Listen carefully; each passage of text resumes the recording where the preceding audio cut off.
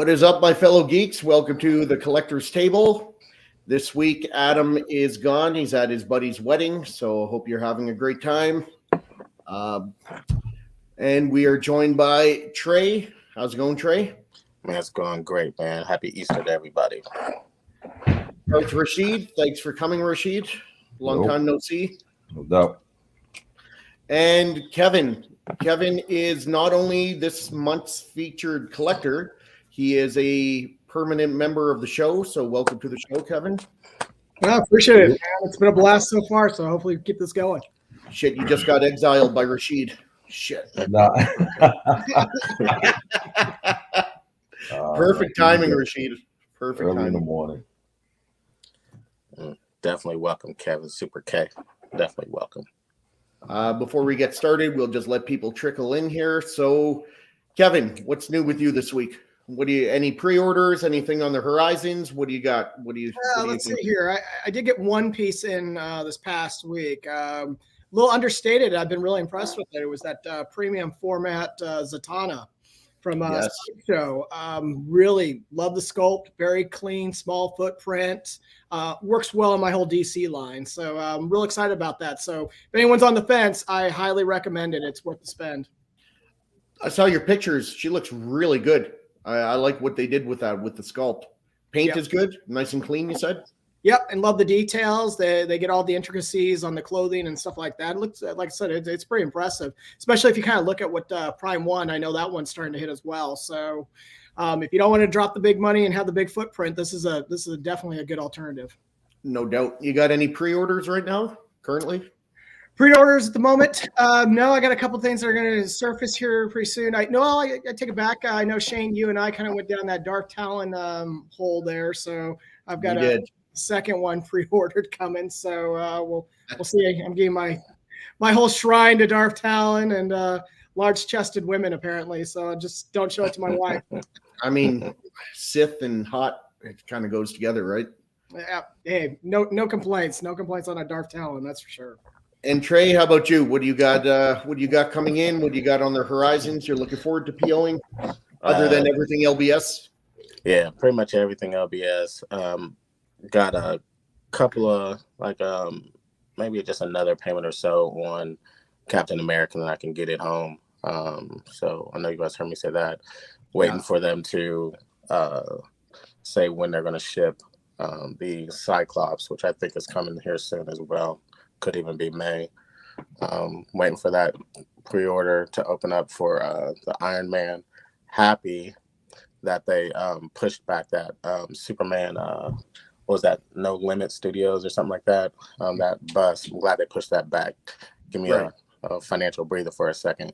Make sure I want to get that. Let me get more time to decide, But other than that, man, there's really not been too much news for LBS this week, has it? Well, Jay's been on a few shows and dropping a few bombs. Yeah, just a little bit of news. So, and Rashid, what do you got on pre-order? What do you got on the horizons you're looking forward to pre-ordering? Well, I got the just reserved my custom Warpath to go with my X-Men collection. That's a big fucker. Yeah, the X-Force version. You saw that I got the ATST just in. Trying to finish paying off this bat wing early so I could get that the batch that's supposed to be coming in for April. Okay. Got to make room for it to mount it on the wall. And what was the next one? That's about it, unless they're gonna plan on shipping the Unkillable. And that's about it. What I see. When is that supposed to ship anyway? Unkillable. It said I'll be getting my quarters mixed up. Third quarter. Is that the summertime? Third quarter. Yeah. So yeah, but So this is April. This month is gonna go by quick already, and we're gonna be in May soon. But yeah, that's about it. Man, doesn't all the time go by quick? Can you believe we're in fucking April already? Like Easter. Happy Easter, by the way, to everyone watching and to you boys on the panel. Yep. Happy Easter. Happy Easter. Happy Easter. Let's take a little look and see who's joining us on Easter. We might have a smaller turnout this week because it is Easter. Everyone's hiding the chocolates with their kids. Let's see who we got here. Welcome, Cinnabites. Thank you for joining. Terry. Mr. Kennedy. Always a pleasure, Anthony. Thank you for coming. Mitchell, what's happening? Happy Easter to you as well. What's up, Mitchell? Dennis, the Puerto Rican man from Puerto Rico himself. How's it going, Dennis? Thanks for coming out. Jojo, what's all good? Well, everything's all good. It's a great time to be a collector right now. Welcome to the show. Ledge, happy Easter, guys. Good to see you all. Good to see you, Ledge. Thanks for joining us. Jerry, what's up, Jerry? Thanks for coming. Walton, crusty motherfucker. Happy Easter, Walton. Thanks for coming out. The truth. Walton is the true face of hate. That's hate. I got to get all my shows mixed up. Don't do that to me. Beast, happy Easter. Thanks for coming, Beast. And of course, last but not least, Mr. Davis, Dwayne, happy Easter. Thanks for coming out. Yep. All right, boys. So what we're going to do, we're going to go, like I said, this month, Kevin is the featured collector. So we're just going to go through Kevin's collection here and look at everything. And there's a lot. He's a hardcore Star Wars fan, like a lot of good stuff, Star Wars. And then he also collects some Marvel, predominantly X-Men, and some DC pieces. And while we go through, Kevin, if anyone in the chat has any questions or on the panel about a piece you see, or Kevin, anything you feel needs a little elaborating, feel free to just chime in and let us know what's what. Sounds good. Well, ahead of time, if everyone needs to know, I purchased everything about a week ago, so just got the whole collection in. It was just for the show. Just for the show, just in time. So. And that's why we told him he could join the panel, because he did that. So, all right, and we will.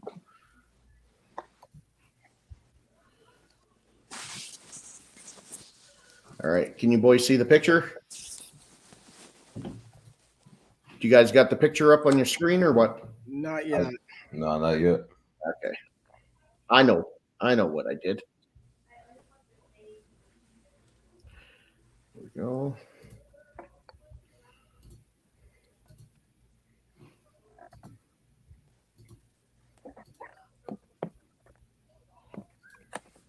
While you're doing that, Ledge asked me when I thought the Hulk was going to be shipping.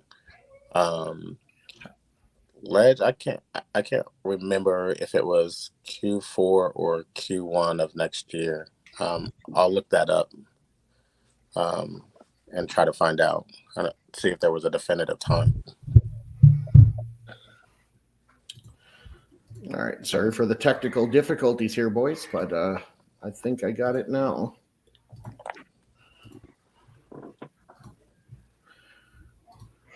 Okay. Let me know if this is. Yep. Okay. We good now? Yeah, see, you got the picture on boxes up. Yeah, you got all the thumbnails. You don't see the big picture? No, I just see the thumbnails. Right? But you got to click on it though. No, I did. Well, what is like I said, I know how to do it, and I've done it. I've done it quite a few times. I just don't know why it's not working now. Other than just to piss me off on Easter. Well, when you moved it, but recently it went to one of the pictures, but then it went away real quick. Okay. So then maybe it's just lagging. Maybe it's just my connection that's lagging. So let's try this. Okay, you see all the pictures? Yep. Good. Now you see the one picture? Well, wait a second.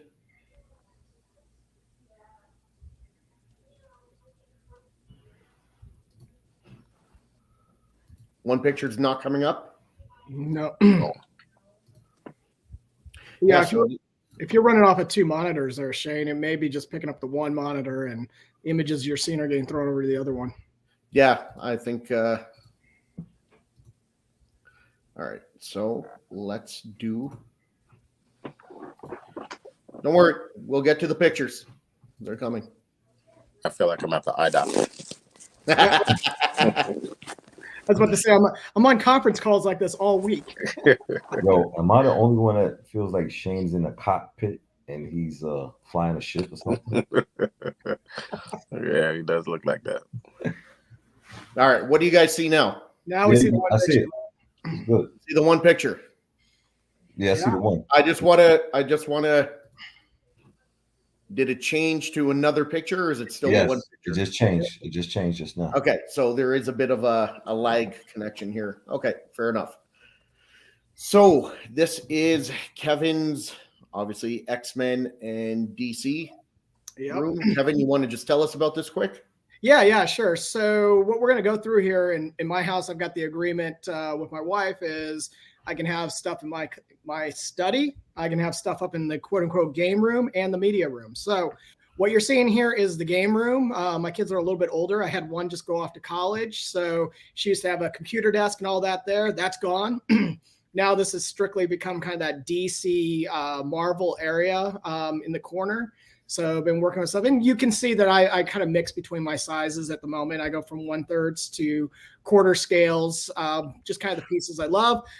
Hush was always a great comic for me. Was really, really pumped when those pieces started coming out.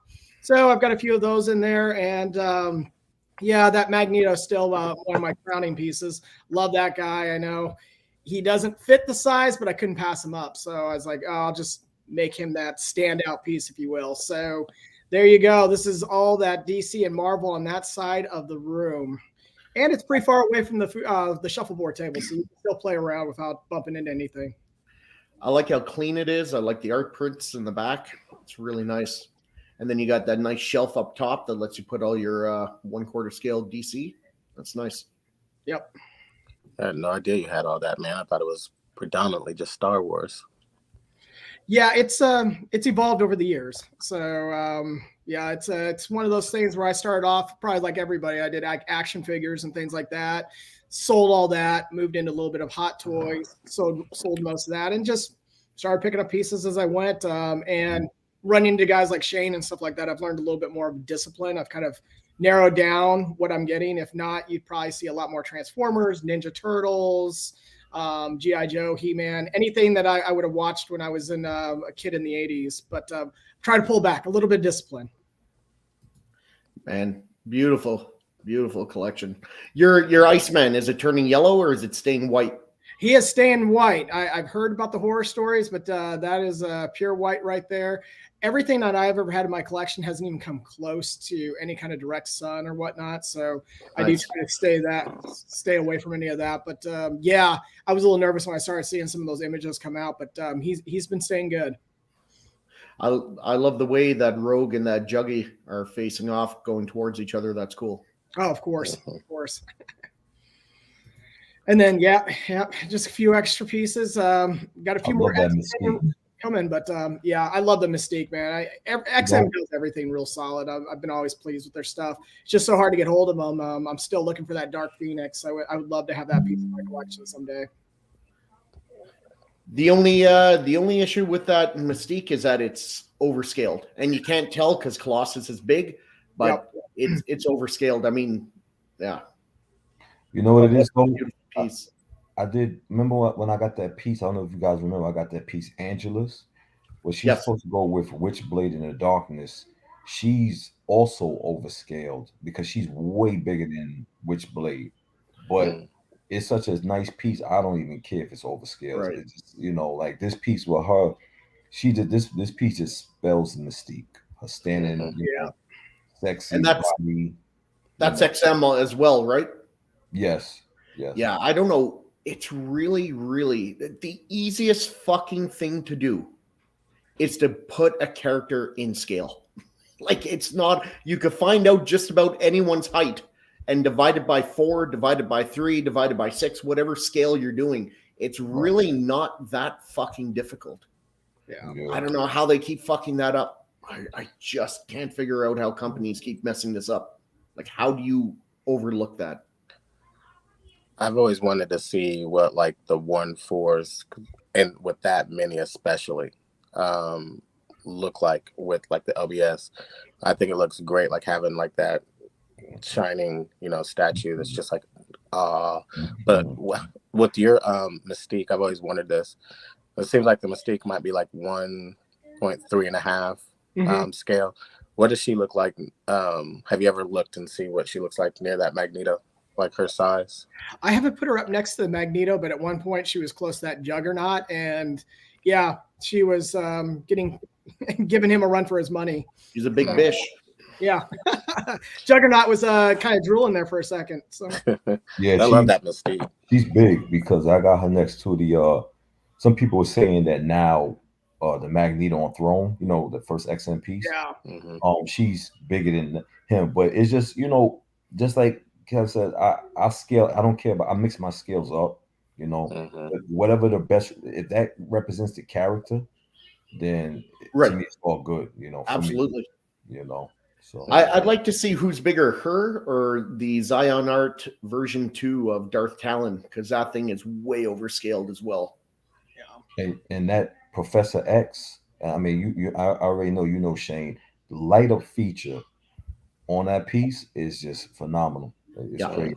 If you put that you turn off all the lights in your house and put that Professor X on, the light up feature is crazy on that piece. Yeah, it definitely sells it. So, and I know some people went with the regular wheelchair. I still go back to like the 90s X-Men. Of course, the hovering chair in the animated series, of course. Heck yeah. But yeah, this is again, these pieces, over time I've swapped them out as new ones have come out on the market. And so like the Superman, the Wonder Woman, the Batman, I had the OG Sideshow premium formats, changed those out. I had the OG Green Lantern, changed that out. So same with Catwoman. So it just, I'm sure like a lot of you guys, you either have one or two of that figure and that's it. And then you just kind of rotate them in and out as you see better pieces come along. So I always like that Catwoman. That's a nice Catwoman. And it might be the perspective. That Superman. Is he just about touching the ceiling? He is just about touching. I was laughing when I got that shelf done and set in there. And by the way, if anyone's nervous about that shelf, about 4 guys can just do pull-ups on that thing and it would not move. So you're set there. But yeah, as I was sliding that statue up there, I'm like, oh, okay, yeah, we made it. We made it. So that's the clearances right there with Superman. Man, that thing looks like it fits in by like Lois Lane's cunt hair, just barely. Exactly. He's not scraping the top there, but he's close. Hey, Shane, can you go back one picture before that last one? Yeah, that's the Prime One Batman Hush. Yes, correct. How do you like that? Love it. When that thing came out, I was drooling. I was very excited. I've been a huge fan of Jim Lee all my life. Once again, goes back to X-Men, things like that. So when they were doing this piece, I loved it. And then I fell over the second I heard Poison Ivy was coming out. So I know there's the new flesh tone that's coming. So congrats to everyone who's picked it up. But as you can see, my real estate is starting to hit max capacity. So I will not have the flesh tone Poison Ivy. But very pleased with this one since it's, dates back to the comic perfectly. Right. Rashid, don't you have that piece, this Ivy? Yes, I love it. Plus, that's a comic book accurate piece. Exactly. To the yeah, beautiful piece. All right, here we go. All right, so now we got my little room, your office. So that's you can kind of see the background. You can see the C-3PO and R2 behind me. So this is where all the fun goes. This is why I'm on filters during conference calls and things like that. So it takes too much time explaining what's going on behind me. So yeah, there's a lot of stuff in here. So like for instance, the Falcon over in the left, that's that DiAgostini Falcon. Built it, repainted it myself. Love that piece. Even the Slave One back there, that's a nice end model. So that was really hard to come by. Worked on it, got it all lit up. The reason I put a mirror behind it is because I got the engines all wired up. So nice. Hey, you spend the time, you do the detail in that thing, you expect to see some of that work after you display it. And then of course, my crown jewel basically is the C-3PO and R2-D2. R2-D2, I'm part of the Astromech group, so that's fully functional. He rolls around, beeps, moves his head, all aluminum. That guy's kicking in around about 250, 260 pounds, so you can hit a car, and he's good. So, and then of course C-3PO, I was just having a little talk with Rashid beforehand. Ran into a company. They actually did the gold plating for a C-3PO for George Lucas's personal collection. Never saw the movies or anything like that, but they did it for that. I got in touch with these guys. They've done an Ark of the Covenant before. And of course, then they did this C-3PO and just did a stellar job. I mean, the whole thing is just shiny and polished, and I love it. So yeah, this is a part of my room that's going on. I got a few things from Tom Spina's group there too, kind of in the back with Salicious Crumb and whatnot. So it's a fun room. I love working here. Are we gonna get a close up on that ATST? No, but I can shoot that. That one was Miguel. That was a piece that was commissioned a little while back. So I had the MYC. But I also have that one, and I've been a big fan of Miguel's work throughout the years. I've got his down AT-AT, which we'll probably see in another photo. But the guy does phenomenal work. I think he's out of Madrid, and really, really easy guy to work with. Great communication and stuff like that. And I just think from private vendor kind of guy, he's top level. I mean, his stuff looks really, really well done, all hand done himself. How do you like it compared to MYC in terms of detail, paint, scale? What's better? I would say Miguel does better paint. Is produced, like mass produced and whatnot. So he takes the time to get the blast marks and things like that right. Makes sense. Yeah. Can't go wrong though. I still love NYC. Michael does good work over there. So and then this is let's see, I got the C3, the Sand Trooper there. That's RS Prop Masters. So that full boy was brought in there. And then, of course, the Grogu there is a sideshow. Yeah, I could do without that. But yeah, I figured you can't. Maybe just throw a Jawa in there or something like that down the road. That's do not disrespect Grogu, please. What's that? Do not disrespect Grogu. Grogu's a piece of shit. Rashid, right now I have the power on the show, and Grogu's a piece of shit. And Dwayne, drive safe. I'm sorry if that's becoming distractive while you guys are driving, but yeah, again, this is that DeAgostini model, and I tell you, this thing always like this one. If you missed out and you couldn't get the master replica one, of course, for 10 grand at this point now, this is a great alternative. And again, it's a piece that I spent some time. I worked on myself. I drooled over a lot of different reference photos and things like that. Got all the accurate colors and stuff. So took some time, learned some new techniques, but absolutely love it. The whole thing lights up. Don't they sell it? It's a kit, right? Don't they sell it as a kit? Correct. I was at Celebration years ago in Anaheim when DeAgostini was first coming on the scene with this thing. So I bought the kit where I bought the membership. So I was paying for a monthly subscription. And it took me 2 years to collect all the pieces. So I was just putting them in bins. And then after 2 years, when I got every piece, dumped out the bins and went to town and had the whole thing built within about a week's time. And it took me another couple more weeks of painting it. And there you go. It's a great piece. Wow, looks great, man. Great job. Thank you. That's the MYC Asajj? Nah, Sideshow. That's the sideshow. That's the OG sideshow. So yeah, I just still got that one. And of course, I'm a big fan of what Sideshow's been doing lately with their Mandalorian pieces. Yeah. They've actually looked really, really good. So the face sculpts have been great. I have both MYC and Sideshow's Ahsoka, and it's real hard. They both did a phenomenal job on it. I might give a little bit of a nod to Sideshow just because the line work around, I don't know what those like talons or whatever she has around her head, but the line work's a little bit more crisp, in my opinion. I think she's going to end up being one of the best Jedis ever, created. You know what I would have liked to see. I would have liked to see, and with this being said, I don't know how the TV show is going to go. I don't know much about that, but I would have liked to see Ahsoka start up the new Jedi in canon instead of Rey. Oh, yeah, I agree. Yep, I agree. Fuck Rey. What did you guys think of the Ahsoka trailer? We're going to get to that. Okay, we're going to get to that. What kind of helmets are these? Are these? Yeah. So you got the EFX Vader right there. You got RS with the Biker Scout and also the Stormtrooper. And then the Shore Trooper was a kit I did myself and painted. So A lot of things, if I feel like they're either overpriced or a little hard to come by, I know a couple people in the world of 3D printing or whatnot, so I'll put some of that stuff together. And I'm a big champion of 3D printing lately. If you know the right people, if you get the right resin print, you no longer have that light, flimsy feeling thing with all the rough line work. You get something really smooth, high end. You can't tell the difference between that and our regular resin statues. It's phenomenal these days. That's awesome. Boba Fett, is that the Black Series or EFX? That is EFX right there. And then the other two helmets are RS Prop Masters. Okay. Salacious from Regal. Tom Speen, I'm a huge fan. Worked with him on some stuff. His crew is great.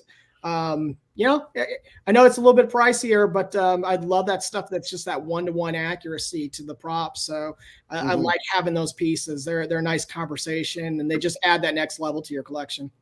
Regal Robot, and let me finish this before people start booing. Regal Robot kind of reminds me of J&D in terms of like their price. Like they're usually much more expensive than other people for the same kind of character. But unlike J&D, this is like really screen accurate, and J&D, I realize they're doing it of actors, so it's apples to oranges, but their prices remind me of J&D because their prices are quite high, but you get like phenomenal work. So yeah, man, that Slave One. What's that new garbage woke name they came up for this ship? Because you can't call it a slave. Starfighter. I think it's just calling a Starfighter, I think. Yeah, never on this show. It's Slave One. Yeah, heck yeah. So I've worked on the, you know, I've referenced other good prop masters in the community, Chris Benware, John Simmons, and stuff like that. We've been talking. We all kind of started working on these things about the same time, so we were comparing notes along the way, what kind of paints we were using. But this was definitely a passionate a project of passion, I guess. So this took a while, a lot of reference photos to get it to where it was, but I'm very happy. And like I said, display it with that mirror, so when it lights up, I can see the engines in the back. That's awesome. Crazy. Again, I've mentioned before, I'm a big fan of Michael's stuff. I feel like he's answered something that has been needed in the community, and that is the vehicles. You know, we needed more of those after Master Replicas lost the license and stopped producing. And so I get little things, unique stuff. I like the escape pod. You know, yeah, you can critique it and go, well, where was the circle opening, the window opening that they were looking at when they blasted out of that thing? It's not there, but still, it's great work, and I feel like the paint job and stuff like that always comes out pretty nice for NYC stuff. So, I'm a huge fan. I'm there usually day one, pre-ordering things. And I love your display. I love the lights. Thank you, appreciate it. Yeah, that's fantastic. I can't use glass. It makes my anxiety fucking kick in. But good on you for not giving into that, I guess. Well, the lighter pieces are okay. Plus, if I had your money, I could just buy new shit anyway if mine broke, so I wouldn't worry about it. There you go. Cheers. Hey, look at that screen and tell me I'm wrong. Tell me I'm lying. Yeah, that screen just came through after a commission job. So I also produce one-to-one battle droids. So got that one out the door, and the screen came right in afterwards. But that isn't Master Replicas of that blaster back there. That again is a prop that I worked on, painted, and did it all up. So love the pieces. But yeah, this is where I kind of chill in the evenings when I need to. There's nothing better than stroking your ego than having your own fucking top guy. Yeah, you gotta love that. Here in Texas, we got the big place called Buc-ee's. It's a huge gas station, and ran into that there. My in-laws got that for me, and I'm like, yep, gotta own it. Absolutely.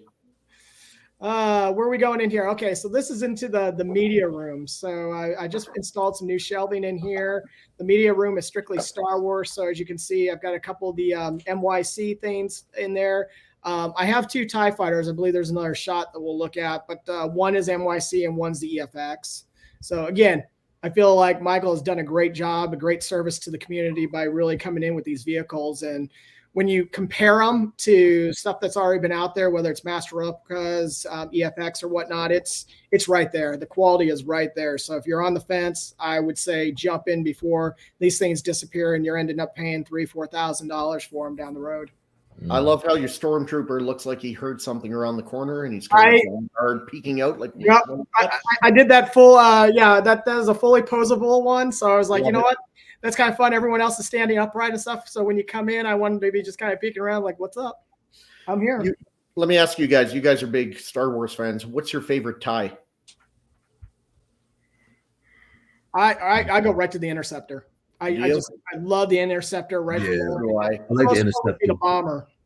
I like the Interceptor, but I think the classic one is still. I mean, you can't go wrong. Even the TIE Advanced is really cool. Yeah, but I like the classic Interceptor. I mean, the classic TIE Fighter. Yeah, right. Hey, real quick, guys. I was just hopping on here. I didn't want to interrupt Kevin because I was looking at his collection too, and I think it looks amazing. But I was just jumping on real quick. I wanted to wish you guys a good show. My ride is running a little late, so I just wanted to see what Kevin's collection looked like. So I wanted to jump on real quick. But I appreciate you guys holding it down for me, and I appreciate everybody that showed up to the show today. I know today is Easter, and everybody's with their families and stuff like that. So you guys have a good show, and I just wanted to stop in and say hello to you guys. Okay? Yeah, man. You enjoy your wedding. All right. Thanks, guys. Appreciate it. Later, Adam. Yeah, those are beauties, man. Are you gonna get a case to go over the TIE Fighter? Yep, I've got a case being made for the TIE Fighter and also the X-Wing. So I'm very big about not dusting as much as possible. So I try to get these acrylic casings as quick as possible. So and that Fett helmet down the right-hand corner won't be there for much longer as I'm working on a Biggs helmet at the moment. So which one is that one now?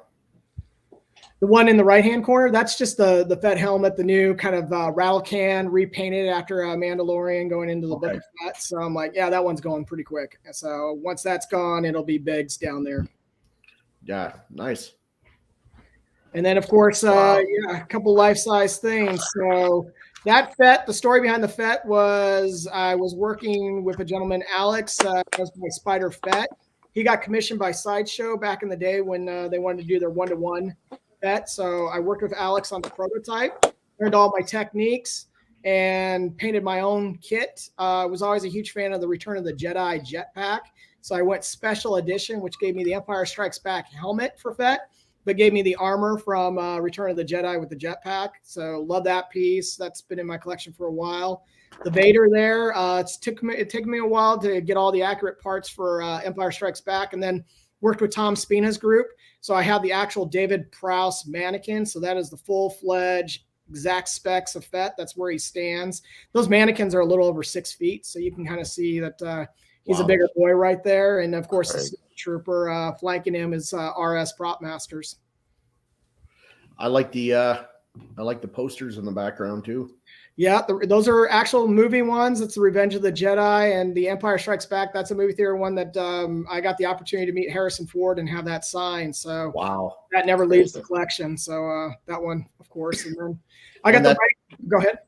I was going to ask, that's a Regal Robot Rancor? Yeah, I was just going to say that's the Regal Robot Rancor right off there on the side. So, and then the Master replica Snowspeeder over there. So that's cool, man. And yeah, so I do some uplighting and whatnot. So it's fun. This is when I'm in watching my movies and stuff like that. These guys are kind of around us. So now I got a question for you about your wall. Your wall looks textured. It is. Yeah. It's part of the style of the house. That wall isn't going to be there this fall. We're breaking that wall. We're going to go about 4 feet in. And with a CNC router, I'm going to make blast doors. I'm going to set those guys inside of it so they look like they're standing inside the blast doors. Going to backlight it and everything, so it gives us a little bit more room in there and really sets that stage of something that you would probably have seen on like the Death Star itself. So everything you just said just got me a semi. Yeah, I try. That's the number one thing when I come on this show. I'm just like, I got to make sure I get Shane just a little bit excited here. All you got to do, once you said blast doors, buddy, you had me. I'm like, I did it. So as you can see, we're back down in my study here. So that's a 1-to-1 Bausch. Worked on the whole thing myself. Again, the helmet was a kit. Last year's a couple of these soft parts. Worked with a little group over in London to help me produce those. It's actually got a mannequin in the same height as Princess Leia. So it's pretty accurate on size and everything. And I just always really love the Bausch. I've got the light work, the LED work in the visor. So that kind of strobes up and down when it's turned on. So really like that piece. And I was telling Rashid, I've got the Han Solo and Carbonite coming in a few months. And when it does, she'll probably be flanking one side and Fed will be on the other. You know what's traumatizing about this picture? Shoot. That AT-AT. I had it and I sold it. Oh, yeah. Because I thought when The Last Jedi came out, I just felt like Star Wars was going. This is before, The Mandalorian didn't even come out yet. It wasn't even introduced. And I thought Star Wars was at an all-time low. It was like it was over for Star Wars. And it was at a low. Yeah, and I just started selling pieces off after a while. I was like, Star Wars is dead. There's no comeback. There's no coming back for Star Wars right now, But it actually did, And that I love, even though they made so many of them, that Sideshow, that animated Ashoka, that piece came out. I'm getting both those pieces, the Sideshow one and that piece came out hot. Oh yeah. I love that piece. I love the skin tone of it and everything. But that AT-AT, man, that's like a slap in the face. That one took me a while to find. I would have cringed had I heard that you sold it when I was still hunting for it, because that's a hard piece to find now. NYC's got they got 3 different versions. Yeah, I ordered mine. But when I was selling mine, would you believe I put it up for sale? Nobody bit. Would you believe that? Really? Nah. That's so crazy. Somebody eventually on eBay, but when I put it on the groups first, nobody bit. Everybody was saying they wish they could get it. That's all I got. I wish I could get it. So yeah, again, another shot of that Snow Trooper. We can keep going. So, and then in my other corner, I've got RS Prop Masters. That's their whole TIE Fighter. I believe that's version 3 there, because it's got the stripe marks on the helmet. So you see them occasionally in A New Hope. And then, and then the Biker Scout, again, is a kit, ABS plastic that worked through, built. That was one of my projects when COVID kicked off in 2020, and I was just sitting around in my garage. I go, well, we'll finish this guy off. So worked on that. Some of it was vacuum forming that I did myself, and been pretty pleased. So pretty much got every kind of trooper that I want. I have been eyeing Bo-Katan and the Mandalorian himself. Those are 2 pieces that if I go life size, that would be it. So that for right now, my life size stuff is pretty much there. And there's Iron Studios Vader, which many consider the best 1/4 scale Vader out there. Yeah, I love that one. I was able to acquire that through our mutual friend, Mike Costa. He used to give me a hard time on his show. He'd have that out there, and he's like, Kevin, it's still here. So never leaving my collection. That's Mike's words. Never leaving. Yeah, never going to leave it. And a couple weeks later, it was shipped out to me. It's like, this one's a keeper. And a month later, he's like, I'll give you a good price. Yep. And again, we've already kind of gone through these. Light up, though. Yeah, the light up and all that. So I do some underlighting and everything. It's nice. Like I said, I'm in there just watching movies, so it's enjoyable. This was one of those things. I know my house is only a couple of years old, so when I built it, I knew I was going to have this collection. So this originally, if you go through the floor model of my home, this was actually a bathroom and like a walk-in closet. My office is a spare bedroom, and I go, nope.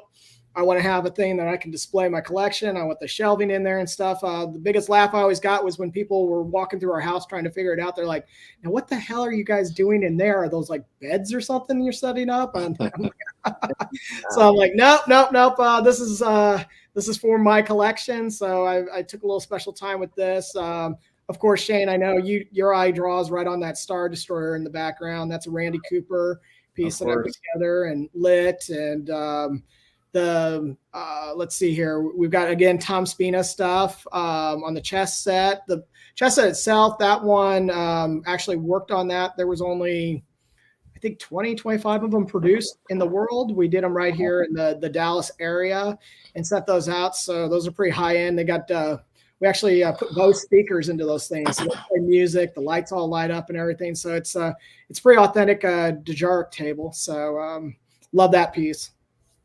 Yeah, there's a lot of goodies here. We got some close-up pictures. You did a great job sending me a bunch of pictures, Kevin. So that was good. Yeah, try to walk around, and you could see down there that fallen AT-AT. That again is another Miguel piece. I saw that years ago, and I was like, became best friends with Miguel. I was like, that has. We got a close up of that too. Yeah. And a good friend of mine's son was into Lego, so I got that kit and he built it, and then I got the casing for it. So it's fun. Don't know really if it fits or what's going to do, but it's there for right now. It'll probably find a different home at some point. But love NYC stuff. Michael continues to kill it, so I try to find a couple pieces, keep representing. He's if he has children, I'm putting him through college. I know that for a fact. It's always good when someone who's producing statues is a huge diehard fan, because then you usually see the quality reflect in their work in the cross. Did y'all hear? Did you guys hear that Master Replica was trying to come back? Yes. And I'm like, I don't know if it's a little too late, because like NYC right now is like running the show right now for me. Well, I mean, yeah, who knows? The competition's always good though. Yeah. Yep. Some nice pieces. So yeah, that's top of the shelf. Went all Sith up there pretty much. So now the ones on the ends are NYC, and then the rest are Sideshow, right? Except for the Emperor there in the middle, that's DMB. Oh, so that's Dan. Obviously that's Dan's. Yeah. Yeah, he does. Obviously that's not Sideshow. Yeah. And then of course in the case you can start seeing some replica. The nice thing on that next photo though was that medical droid. That is 1-to-1 accurate. That's every possible part that they used in the actual prop, from the microphone to the tubing and everything. So that took a little time. A good buddy of mine really worked on that, and it just came out phenomenal. The eyes light up. So just again, if you're one of those who's looking for eccentric pieces that kind of set your collection apart, this is something that you'll never see at Sideshow or whatnot, but it's fun piece to have. Very cool. This is a nice end model of the Y-Wing. So I built that, painted it myself. Loved how that came out. And of course, that's the RS Propmaster Y-Wing helmet. So it's a nice little compliment in the back of the media room. Yeah, very nice. There it is. There it is. There's that fallen AT-AT. And I tell you, Miguel will still do that from time to time. If anyone's interested, wants to get in touch with them, doesn't know how, ping me. I'm happy to get you connected, because that's some good work there. What's the size on this thing, Kevin? Oh, man. Put it in perspective for people.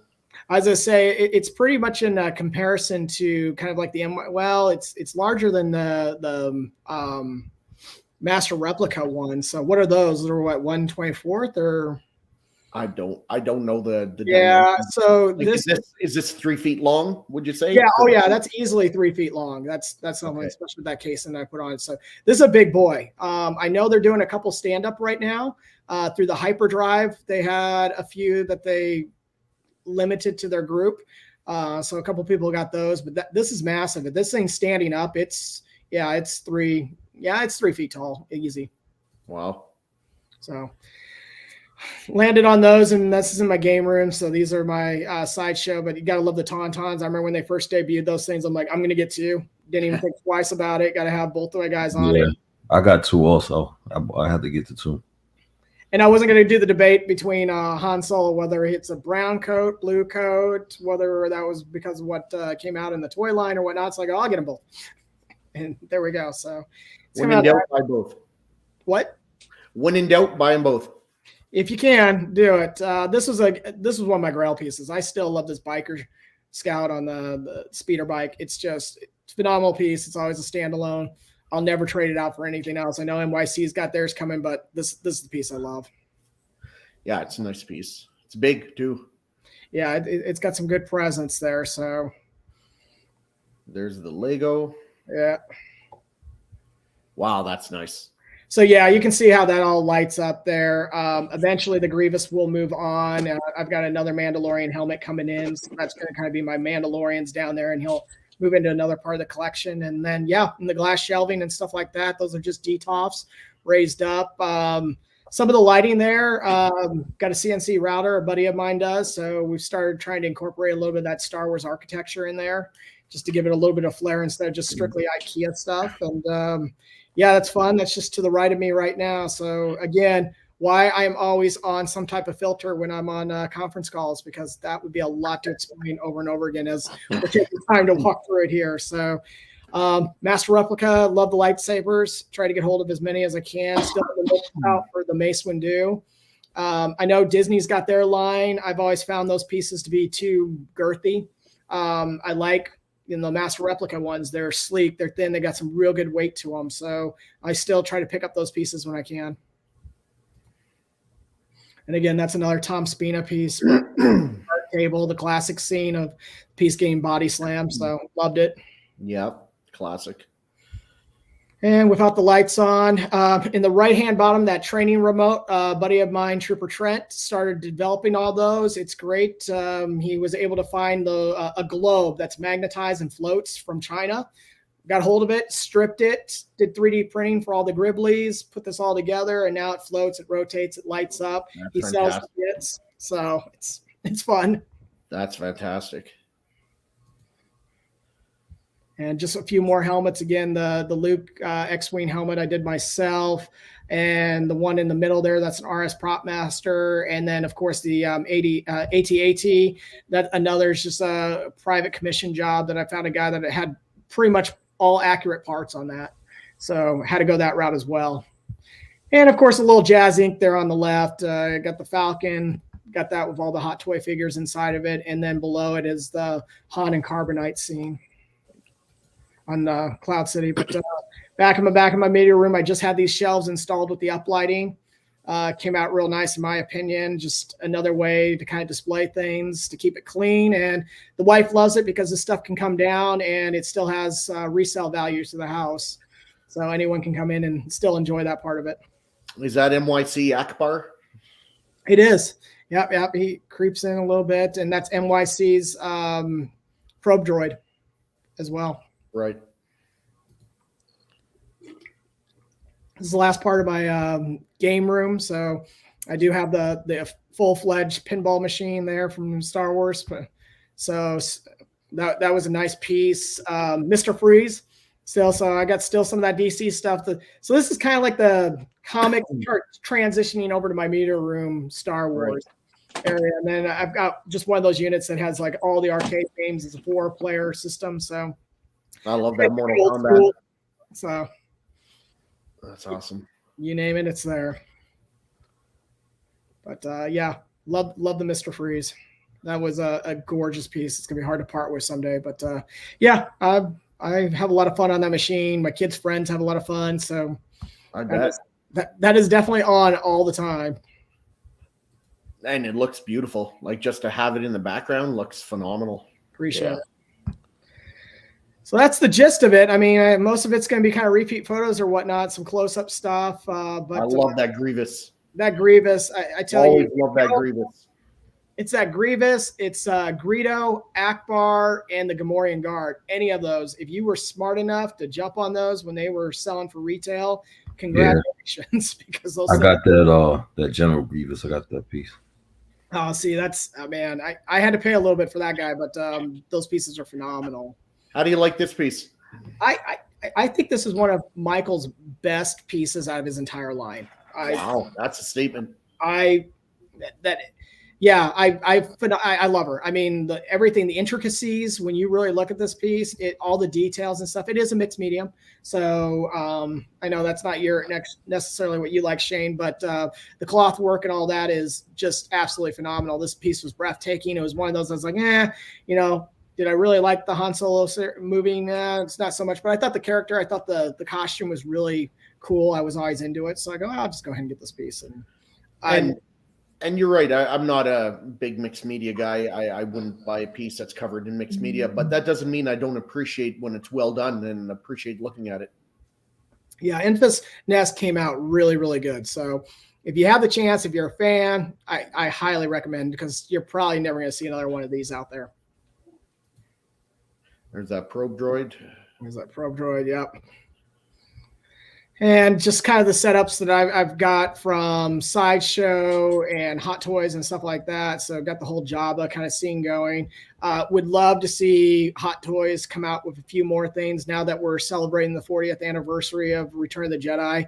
Maybe a couple more creatures from Jabba's sail barge or down in his palace would be great to continue to add to this. But for the time being, it serves a pretty good purpose, and I enjoy it. Man, I look at this, and the scene is just playing over in my mind right now. That whole scene at Jabba's palace. Yeah. That's crazy. Again, more NYC stuff. Yeah. And then when I got the Jazz Inc. one, I repainted it, the Falcon there. So that's not what it actually comes in. It's pretty dulled back. Okay. So I got in there, I customized it a little bit myself, just to give it more of that Falcon feel. Used a lot of the reference photos pretty much off of the one that they actually had at the Disney park, just to clean them up. How big is that, Kevin, would you say, in length from tip to tip? It's at least a good 2 feet in length. Wow. It's a good piece right there. Wow. Fully lit up. So just took a shot inside the cockpit there. I love that. Yeah, that's cool. And then again, another Jazz Inc. diorama, if you will. So I need to move R2 back. It looks like he's kind of had a few too many and is just on the picture table there, but let's get him back. Jazz Inc. just came out with the rest of that area on the Falcon. So you kind of got the area where Han Solo's sitting at. It extends out more. I don't have the space. So. Well, that's awesome. That is that's quite the collection, man. Beautiful. Love it. Hopefully I get to come there one day and I'll see it in person. Yeah, anytime. Like I said, it's been something I've been collecting since the early 2000s. I've been going into the statue stuff, so it's been a good 22, 23 years. So that doesn't happen overnight. I know we were joking about it, but I've run into some good people just like yourselves, where prop masters and people have been commissioned to do some of this stuff that's gone out to like a retail level, and learned a lot and got some really unique pieces because of it. Well, that's great, man. Thanks for sharing that with us. Before we get into some pictures and some news, we're just going to go and catch up on some of these comments. Oh, Walton. Yes. There's no such thing as overpaid. That thing's beautiful. Drop the cash. Yes. Could not agree more. That Juggernaut is phenomenal. Nope. No yelling. You're right. Walton does need to be a hovered chair for sure. Yep. That was Regal Robot Salacious. With all the Star Wars stuff you've got, you should be here this bank holiday weekend in London for the Star Wars celebration. I bet you would have liked to. I would have. Yeah. Had it fallen any other weekend besides Easter, still got some family things going on this evening, so I couldn't sneak away, but usually make it. So if celebration next year is in the States, you'll see me there. I'm watching the stream while driving in the car with my girl and my mom, and Shane's mouth is killing me. I have that. Yes. Rashid, this is for you and your Grogu bullshit. Get that bullshit out of here. You tell him, Walton. Michael Myers is running his mouth. Okay. Hey, the true face of hate has told you. those black eyes. Those black dead eyes like a shark.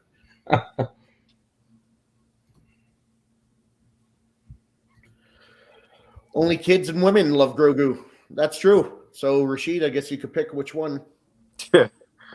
Walter, your mask is melting. Adam did find his way here. Hopefully he's going to have a lot of fun. I appreciate that, Ledge. TIE Advance for Walton. Yeah. Vader flies TIE Advance. Always go with Vader ship. I mean, you're not wrong. Mm-mm. How many man caves has Kevin got? So much more than the rest of us. Yeah, if you want to get technical, it's 3. It's the game room, media room, and my office. B. Chan, hey everyone. Hey Trey and Rashid. Nice to see you boys. Yeah, if you guys could hit that like button, that would be very much appreciated. Also, if anybody is not part of the Collectors Table Facebook group, go there, join it. We post a lot of stuff, a lot of content when we're going live on channels, on our channel. A lot of good stuff. Thank you. Boo, Downwood Mix. Welcome with the hate. Fair enough. What's up, Sliffer? I say Sliffer. I hear some people say Slifer. I say Sliffer. Yeah, I'm reading that as Sliffer as well. But I don't know if it matters, but Yeah, he just got in the Zion Art, the Star Killer. yeah, I saw his Lord Star Killer right underneath the helmet. Yeah. The thing Yeah, inside. I'm going to order that helmet. I love that helmet. Are you? Yeah. That's really nice. All right, so let's get into some news. Sliffer says it doesn't matter. Fair enough.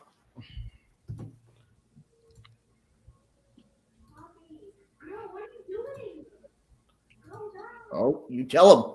You tell him. I'll tell you, from after watching Kevin do his collection and with that passion you gave, and also after seeing Rashid's, man, God, and I love Star Wars. You guys are killing me, making me want to do it, making me break one of my rules again. So, Well, when Celebration comes back to the States, we'll have to bring you out there, Trey. We'll turn you. I definitely want to go. At least you have to do it one time. I'm retired, so I gotta go out there. yeah, that'll be fun.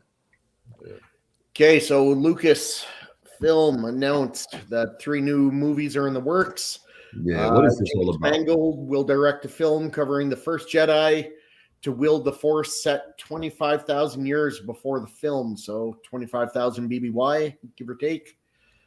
What do you guys think about that? There was a book. It's Legends, although it might become canon if they do it by the book, about the first Jedi and stuff like that. I personally, this is cool, but I'd rather see more the Old Republic, more 5,000, 3,500 years BBY. But at least it's something different. What do you guys think about that? To me, I was like, we'll see. I got to see a trailer. I've got to get my head wrapped around. Yeah, Same here. I have a hard time envisioning what they're planning. I'd rather see, like you said, I want to see kind of like the Revan Malik era. Oh yeah. Done. I would love to see that done, and I think so many people speak about it. I don't know why they don't dwell in that era for the movies. I don't know. Yeah. They're going to direct a film set in the Mandoverse, which links the current Disney Plus series together. All right, that'll be interesting to see how they tie that together. Someone said that, and I don't know if this is true, but rumor is that the very last TV show for Mandalorian, like the series finale, not the series finale, is going to be a movie. I don't know if that's true, and if it is, I don't know if that's the movie it's going to be, but that's a rumor going around. I mean, Dave hasn't disappointed, in my opinion. I feel like he's handled the Clone Wars, he's handled Rebels and Bad Batch, that kind of stuff. And the TV shows are okay. We can definitely go into some arguments on that because there's some weak stuff. But yeah, give Dave a huge budget, give it that nice movie polish. Why not? I'll watch a bunch of Mandalorians blowing each other up. That sounds great. Sure. And then, of course, everyone heard about the new movie featuring Rey rebuilding the Jedi Order 15 years after Rise of Skywalker. In Legends, it's Luke Skywalker that rebuilds the Jedi Order. So in canon, looks like it's going to be Rey. What do you guys think about that? I thought it would be cool if it was Ahsoka, but it is what it is. I'm right there. I posted it before. I think Daisy's a phenomenal actress. I liked Rey's character in Force Awakens and just felt like it fell flat after that. I felt like she suffered from bad writing and bad directing. So maybe in the right hands, we can turn some stuff around and really see something interesting in Rey. I was one who was always pulling to see Rey just go to the dark side. I go, let's have her go to the dark side and let's see that play out. But maybe we'll still get it. I don't know. I'm always pulling for everyone to go to the dark side, but You are. And I'm with Walton too. Kathleen Kennedy always makes me nervous. So that woman. I do think Daisy did a great job portraying Ray. It wasn't the acting. Yeah. It was how they wrote the character. They made her too good, too quick. You couldn't really relate or get behind. If you want your main character to really get the crowd behind them, at some point they have to feel like an underdog. At some point, the audience truly has to believe this bitch is going to lose. She's not going to be able to do what she's trying to do. That there's a chance she's going to fail and fail hard.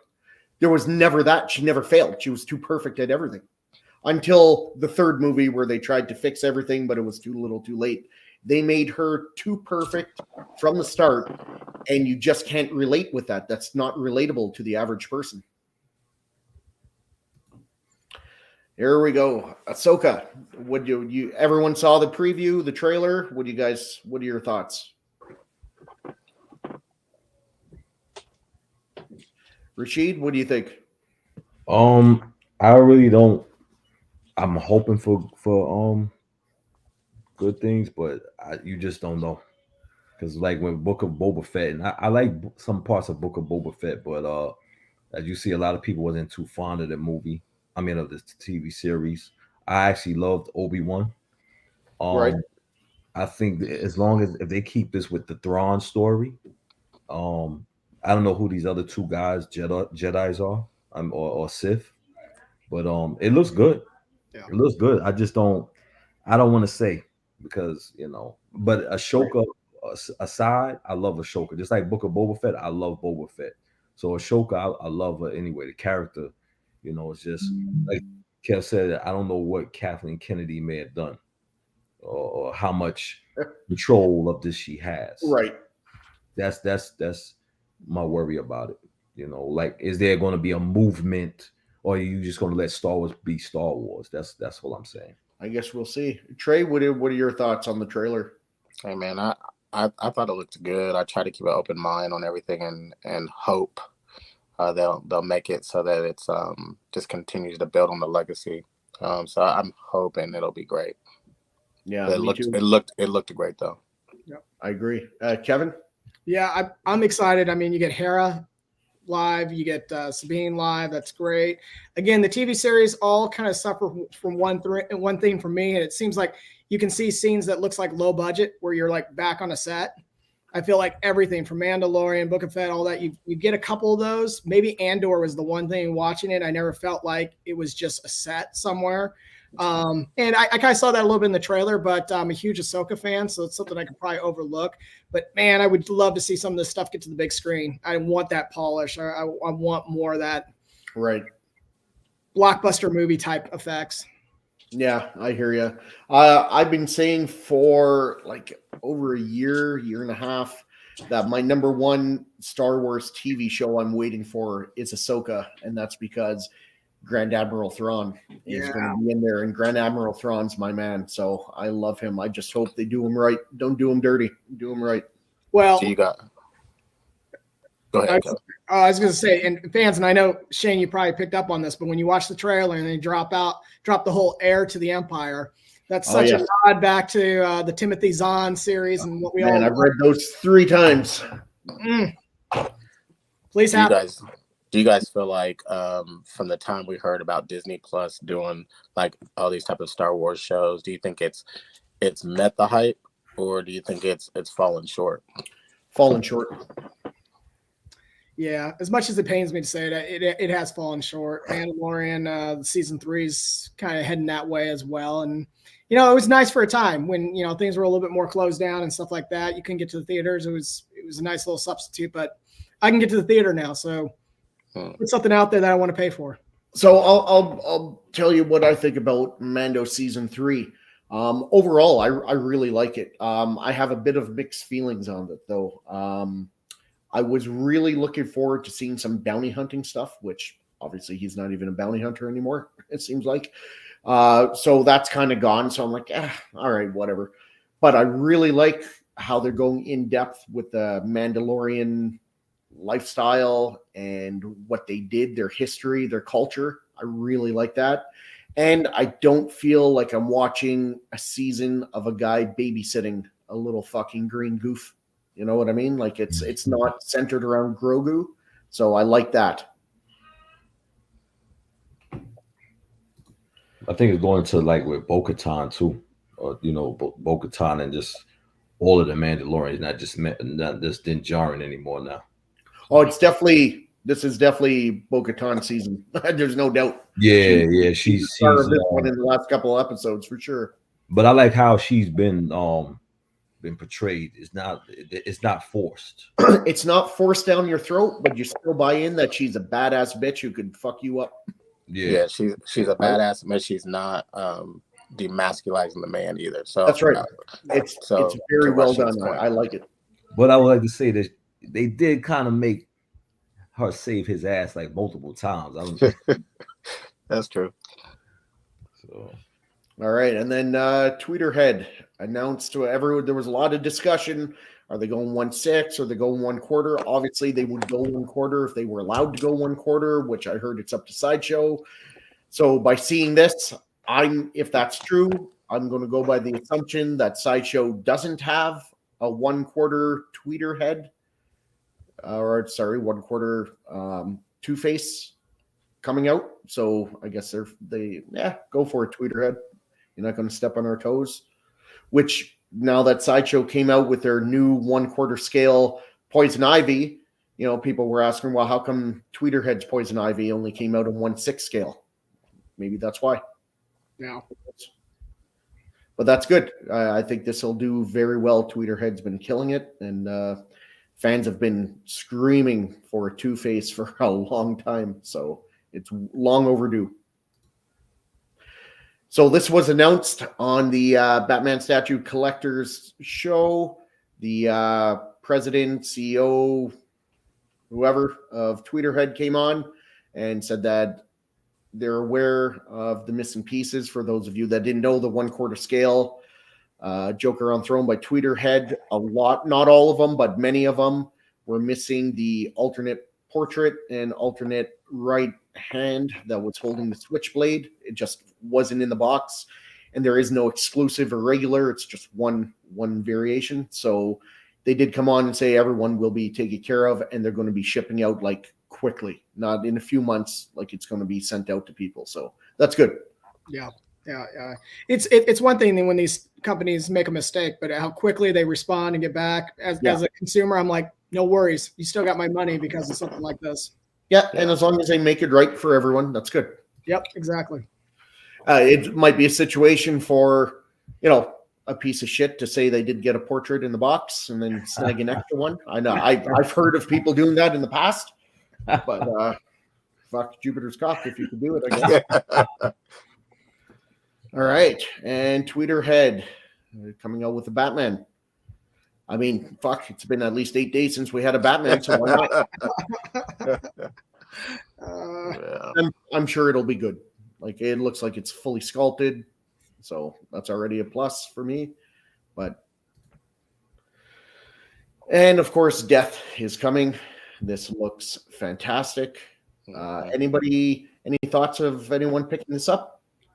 I love those pieces, but I had to pass, unfortunately. I don't want to get into no more lines. That's why I just passed. But I was going to get War and Pestilence? Mm-hmm.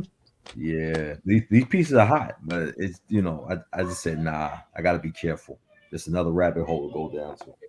Right. What's up, Crip? Here are the LBS. I'm sure this makes Trey feel happy in the pants. Seeing these four together, they look fantastic. I think I said this yesterday. I think this is probably one of my all-time favorite just pictures of a collection of statues. Like, right. Courtesy of Art for the picture. He always does top quality. So Trey, you gonna get all four of these? You're gonna line up in your house? Without a shadow of a doubt. Without a shadow of a doubt. I'm trying to decide before it's too late if I want to get the Gray Hulk as well. So I'm trying to decide. Nice. So Trey, does this get its own wall? Does this get its own display? Do you have an art print behind it? How do you give this thing the biggest love when you get these four? So with these 4 and anticipating more, didn't mean to rhyme, but it's going to have its own thing. Like it's going to be like I'm talking about like museum style with the pedestals, stanchions, like you would see it like the movies. It's, you know, what do you call it, drapes looking like it's from like Greek. It's going to look like I'm in heaven. Call me Zeus. I'll be Zeus, and I'll have them in.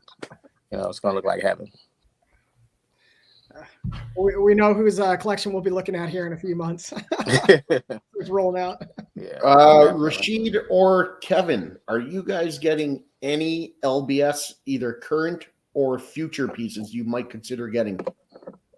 Is there a character, if not right now, is there a character that if they made and they do it right, and you know it's going to be classic, you know it's going to be 1/3 scale, is there a character, if they make it, you might just hop on it and buy it? There's only 2 that when he discussed last time on the show that I needed from because I'm only just collecting the Batman villains. So that would be Clayface and if he does Man Bat. If he do those 2, I'll get those. As because these just in general, 1/3 takes up a lot of space. Oh yeah. So, you know, if it's one thing if you just collecting, if you was just doing just the Avengers, but for me, I had so much of the 1/3 from Prime 1, I can only fit probably 2 or probably any of them. But I'll do Clayface and Man Bat. And you do that at 1/3? Yeah, I do that at 1/3 because Man, they're all really big. Yeah, everything that I have, you know, everything that I've gotten, you know, I'll be, you know, you saw I have the Nightfall Batman, so I just need Clayface and Man Bat because I already have Penguin on order. So I just need those 2. So, Mr. President, and your XM Apocalypse, which I missed, which I think is one of the best XM statues ever. If you saw the pristine, perfect Apocalypse at 1/3, would it look right with your 1/4 though? No. Okay. I like that Magneto that Kev has, but unfortunately, I don't want none of my characters to outshine Apocalypse. You know, but Magneto, would I get that Magneto piece? Yeah, that Magneto piece is the definitive Magneto piece. Jim Lee.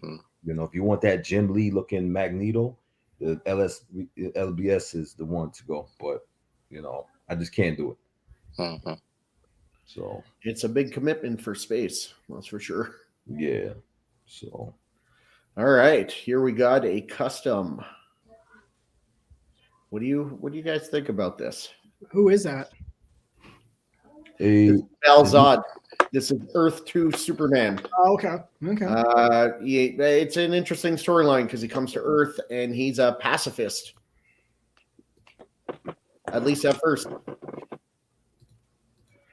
What do you guys think about this? Any desire to get Superman other than Clark Kent? No, I mean, I at first I was thinking this was Blue Marvel, but no, I mean. And you know, when they talk about, like, there were rumors about Michael B. Jordan stepping up as Superman like a year or 2 ago, I got nothing against that. I like keeping the characters true to the source material, whether a character is a female, a male, black, white, Asian, Muslim, a gay, not gay. I don't give a shit what someone is. I just like the character to be true to the source material. And like this would make a really good movie. I'd love to see. I'd go see this in a second.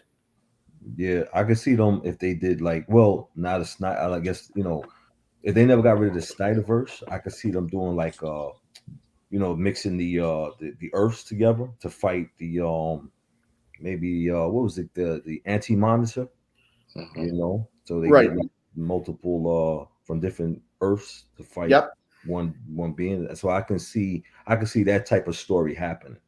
And I think that's the type of story that you would like to see. You understand? Yeah, absolutely. Right. And it's something different, right? It's not the same shit.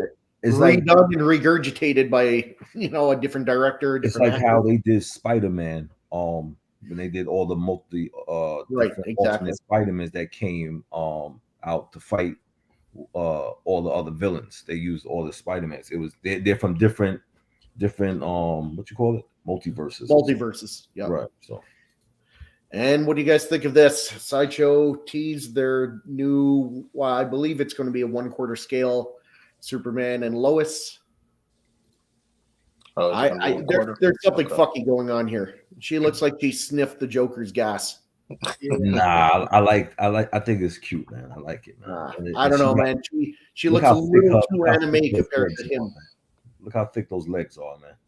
She doesn't have a Gwyneth Paltrow pancake butt. No, she's got that snooky ass, that ghetto snooky ass you like. That Jersey Shore ass that you like. That's fine. Teach his own. But I think this is a piece that if your woman is tired of you collecting, she'll allow you to get this piece and put it in your bedroom. Right. What do you guys think this about one this? Before Darth Talon, for sure. Yeah. All right. This is a custom that I saw. I thought it was pretty cool. Man, that looks so painful the way that's cutting into his ribs. That's a custom? Yeah, I believe this is a custom, yeah. Wow. Although they got the apple, so I mean, you never know. No, it's not Sideshow. I think this looks pretty good. I think if you're a Lord of the Rings fan, or I guess for this case, it would be The Hobbit, but that whole world, I think this was a phenomenal character. I love, he was intimidating, menacing in the movie. Say what you will about the Hobbit trilogy or whatnot. There's a lot of issues there, but I thought it was a great character in it. So if this was my line and I was collecting all this movie stuff, I think this would fit in beautiful right next to, some of the Dark Riders or whatnot. I think this is a great piece. I agree. And I'm not for sure it is a custom. I don't remember seeing a company behind it.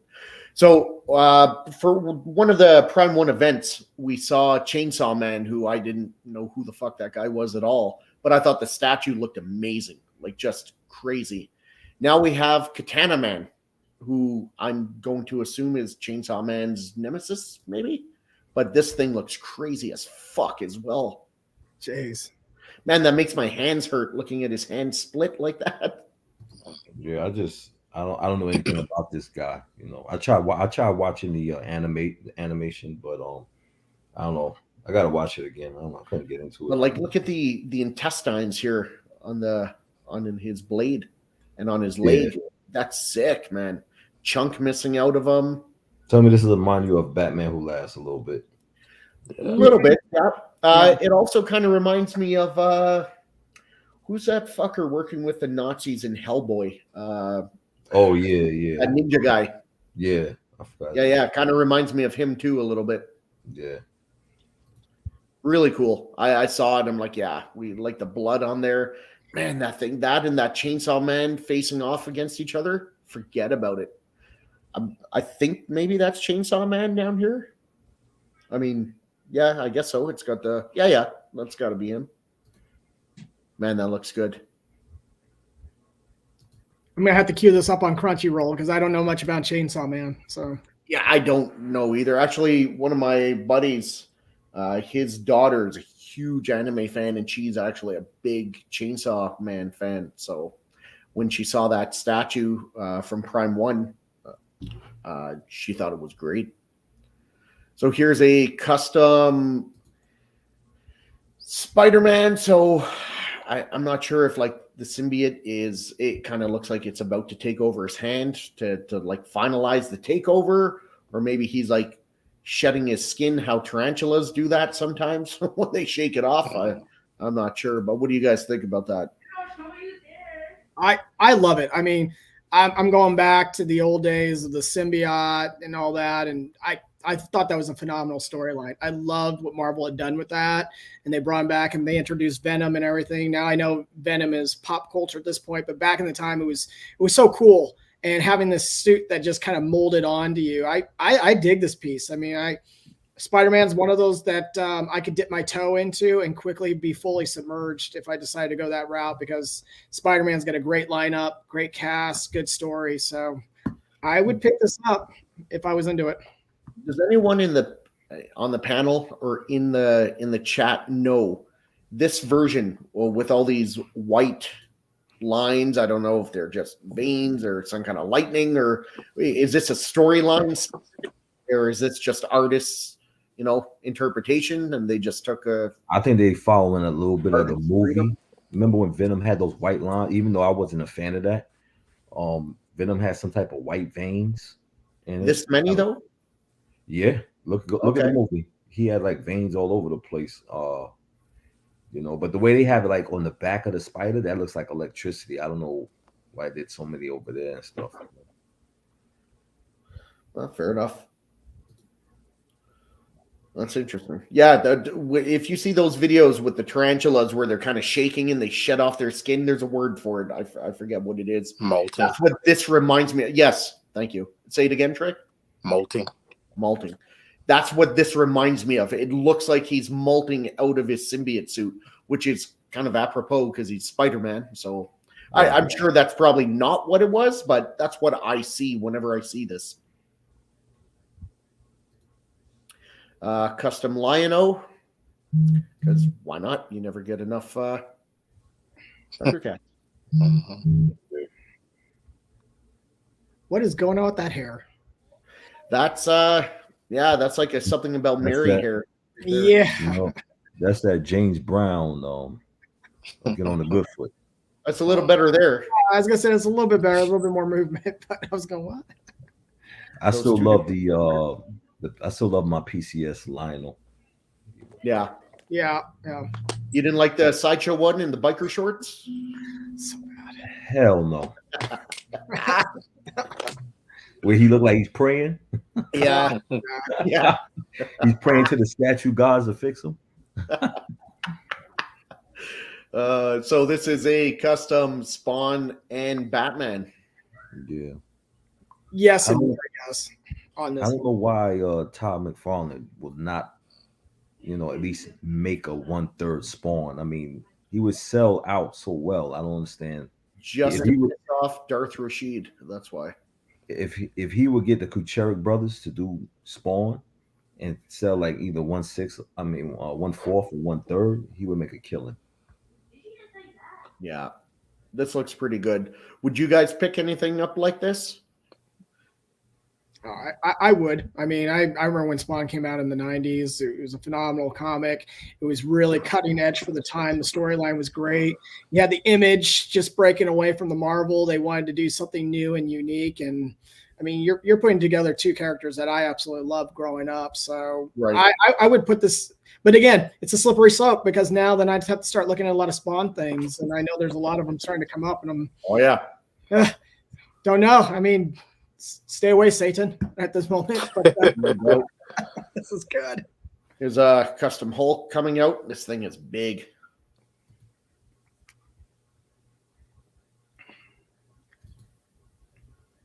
So what do you guys think? Are we ever going to get back to this type of Hulk again on the big screen? Or are we going to we just got the Pilates yoga doing Hulk? I think they're forced to have to go back. I hope so. Hulk's my favorite superhero. I hope so. I would like them to hire Ed Norton back and bring back the Hulk versus Abomination story that was supposed to happen. Again, him fighting the leader and the Abomination should have been happened. I don't know about you guys, but I lost my mind when Avengers, the first one, was out, and Cap just turns to Hulk and goes, Hulk, smash, and he just tears off. I'm going, oh, this is the best. Yeah, right? It was an iconic movie moment. Love it. Yeah, I agree. Well, this is a great piece. I mean, I love it. Pick it up. That's kind of got like a Red Hulk look to me right there. Mm-hmm. Is it me? Like, does that? I don't know, the smirk and the. Yeah, it does. It does. Trey, you sent me some pictures just before we went live. Those pictures, I saw those too of the what was it, Spawn? No, it was Venom. Venom. Are we allowed to see those? Because when I saw them, they were in a private group. Did you see them in an unprivate group? No, don't do those. Don't do those. Yeah, because I don't know how they feel about it. So this tease was just sponsored by Shane for all of you watching. All right. I just want to be sure. I don't want to. So yeah, this is going to be a big boy. And then, so Trey, you were talking about this piece. Yeah. 1/3 scale comes with 3 different colors: black, chrome, and silver, I believe. Yeah, I really like it, man. Of course, I would get the black because I don't know, that would ever come out with LBS. But this also comes 1/4 for anybody who's 1/4 collectors. But they've got the shiny chrome, they've got the regular silver, which is I believe that one, and then also a Silver Surfer Black, which is the one I'm pretty sure I'm going to try to get. They're pretty limited. This is done by Reborn Studios. Yeah. And it's going to be the right height to match with LBS. I've seen some pictures. It looks like they got the storytelling base, so it matches up. The one thing I think about this statue that is an incredible fail, and I think it looks fantastic, by the way, but I cannot believe you get Thor's hammer, you get Dr. Doom's mask, and that's it. You don't get an arm of just like if I just want a Silver Surfer statue with no tie to Thor and no tie to Dr. Doom, you can't have it. You have to have either the mask or the hammer. There's no just closed fist, open hand, whatever. That's really weird to me. I can't believe unless this mask comes off and it doesn't leave like a peg or something, which I don't know if it does. That's a big miss to me.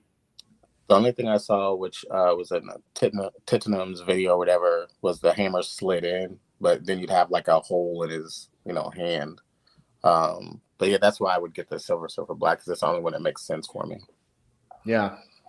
You guys like the base though? Are you guys crazy for this base though? I mean, if you like the LBS storytelling base. Oh, right. What do we got here? So yeah, I think it's really well done. Just a big miss with that left arm. Maybe Billy will go back and do a third left arm. I mean, you can see the seam line here, so it won't be hard to do. So here's I believe this is a custom Rogue Jean Grey, not, and I think this is done. I can't remember if it's Franco or Caleb. I can't remember. It's done by someone who's pretty well known anyway. The face to me is way off. Yeah. Like, does she not look Latino? No, for real. Like, does she not look Latino or Puerto Rican? Like, and the likeness is nowhere near Jean Grey. She doesn't look Puerto Rican, bro. She does? She doesn't. Oh, she doesn't? No. Okay. Well, we'll agree. She doesn't look good. She doesn't look good. She looks quite manly. Yeah. It's got that long horse face.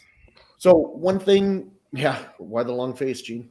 So one thing I never understood with people who make Jean Grey statues. You're going to see a few of them here. Tell me if you notice something. See, I love this Jean Grey. Oh, so do I. I own it. When I got it, and at first I didn't like the first Sideshow Jean Grey, but when they did this Jean Grey, I love this one. Period. And then that's why I bought it, because I thought, I know two different statues, but I thought this statue was better than the XM, the Phoenix one. I'm glad they put the Phoenix. I have the Phoenix exclusive for this one, but I think this one was done.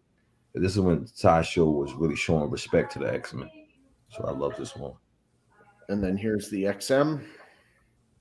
This one is a little too much done for me. Yeah. I could do without the chin strap. No problem having a woman having a chin strap, but Yeah, and then that was the old Bowen. But you notice the pose. She's kind of floating with one knee forward and the arms out and back. Like I don't know. Is there no other pose you can make for Jean Grey? Is that it? I guess because she's usually in because she's a telekinetic and she's always float. She flies with her body, so I guess that's where they put her. I mean, I don't know. It looks like a lot of Jim Lee influence there. I feel like his character in that pose a lot on those covers. So maybe the artists were just all looking at X-Men from the early 90s. And yeah, because I think when they reference X-Men now, they go to everything is referenced to Jim Lee mostly now. Jim Lee. You know, so. See, damn it, Jim Lee, you screwed up all of our statues. So let's see what some of the chat's saying here. So Crippler came on, and then we have, I think the Soup's Lois is going to be go nicely with the Batman Catwoman. That Batman Catwoman looks really good. It does. I thought that piece looked great. What do you guys think about that one from Sideshow? It makes me want to see that Prime 1 Batman Catwoman that's supposed to come out too. Yeah. I'd like to see those two versus each other or maybe together. Yeah. I think he's got a good point. I think they'll look good together. It's good. Give it a shot, Rashid. It's about a dude trying to get laid. Is that are we talking about? What are we talking about? Is that Chainsaw Man? Yeah. Is he just a dude trying to get laid and he's got chainsaws? He might want to put down the chainsaw if he's trying to get laid. Maybe I watched some of it. I gotta watch it again, man. I'm watching this thing right now on Netflix called Beef. I don't know if you guys heard about it. I saw that, but I didn't play it yet. It's like a comedy. This is crazy, yeah. Here they're talking about Spider-Man symbiote. Yeah. Anthony says, I think it's just artist interpretation with veins. Maybe. I don't know. It's not from a storyline I know, but that doesn't mean shit. So looks like it's engulfing him. Yeah. Yeah. That's fair. Look who it is. Rashid, what do you have to say to our boy Cash? Exiled Cash. You've been wow. I'll say, hey Cash, thanks for tuning into the show. Always good to see you. I got to stay neutral. We're going to talk about the debates coming up too. Okay, Trey, you got any news you want to talk about? No, man, we went over everything. We did good. We did really good. What's Edwin saying? So Silver Surfer Amen. does not have a point on the tip of his board. Yeah, that's part of what I'm trying to close my eyes on. Yeah, I agree with him. Yeah, so do I. 100% here too. XM Dark Phoenix is better. The XM Jean Grey is an abomination. Walton, the true face of hate, just fucking spreading it. Her arms are always extended out. I just, and I'm not a big Jean Grey fan, so I really don't give a shit if someone makes another Jean Grey or not. I'm happy with mine, but I'd just like to see a different pose. I just showed you, those are the only 4 licensed Jean Grey statues. I realize Sideshow did an older one, but those are 4 licensed Jean Grey statues, and they all have almost the exact same pose. Just seems you could do something. Do you have your Jean Grey sit beside Gambit? I mean, not Gambit, but Cyclops. She's just behind him. She's right behind the professor on a little riser. Okay. That's fair too, but I put mine by Cyclops, definitely. XM Jean Grey has Laffy Taffy and almost a man's chest. He's not wrong. I agree. She does have some pecs on her. I'm good with that, Rashid. Jim's the man. Yeah, Jim Lee is the man. There's no fucking doubt. All right, so Kevin, Trey, anything you guys want to touch? Anything you want to talk about? Any news, any movies, TV shows, anything going on in our geek world you want to talk about? Well, if you guys aren't paying attention on YouTube right now, they are streaming all of Celebration, and it goes all the way through Monday. So, you're working from home or whatnot, I'd hop on that YouTube channel for 4 or 5 hours because I'm sure they're going to be dropping some more things here and there. So, if you're into Star Wars, this is the time to be a fan. I agree. So, what we're going to have going on in the future sometime on Constructive Outrage.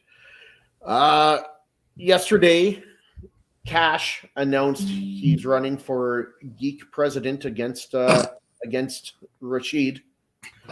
However, something was found out about a couple of those guys yesterday, and it wasn't good. Oh. If you've never seen Star Wars, what would you say, Kevin? Everyone knows Cash the Gemini, loves his show, loves his channel, loves his energy. Great guy, great top tier member of the community. Never watched fucking Star Wars in his life. Does he deserve to be a nerd? Or is he a fake ass nerd? Yo, you gotta be dying right now, man. Oh, what say you, Kevin? I'm going to have to go to the fake ass nerd. I mean, fake ass nerd. I don't like Doctor Who, but I've watched them. Right? So at least to talk about it. Trey? Yo, listen, just the fact that you got Kevin's vote that he's a fake, and Kevin said he's a fake ass nerd, that's bad, bro. You know what I'm saying? Trey, what do you think? Hey. A guy who's in the community, larger than life, ever loved by everybody. Trey, don't let the afro fool you, bro. But he has never seen a Star Wars movie. And during the show last night, or was it last night? Yeah, he's like, or a little bit ago, he's like, didn't Finn get Rey at the end? Like, he doesn't know anything. Is he a true geek, or is he a fake ass nerd? He tried to drag me in this and make me a fake ass nerd because I said I hadn't seen Predator. The Predator. Drowning movies, men always do, Trey. Drowning men always do.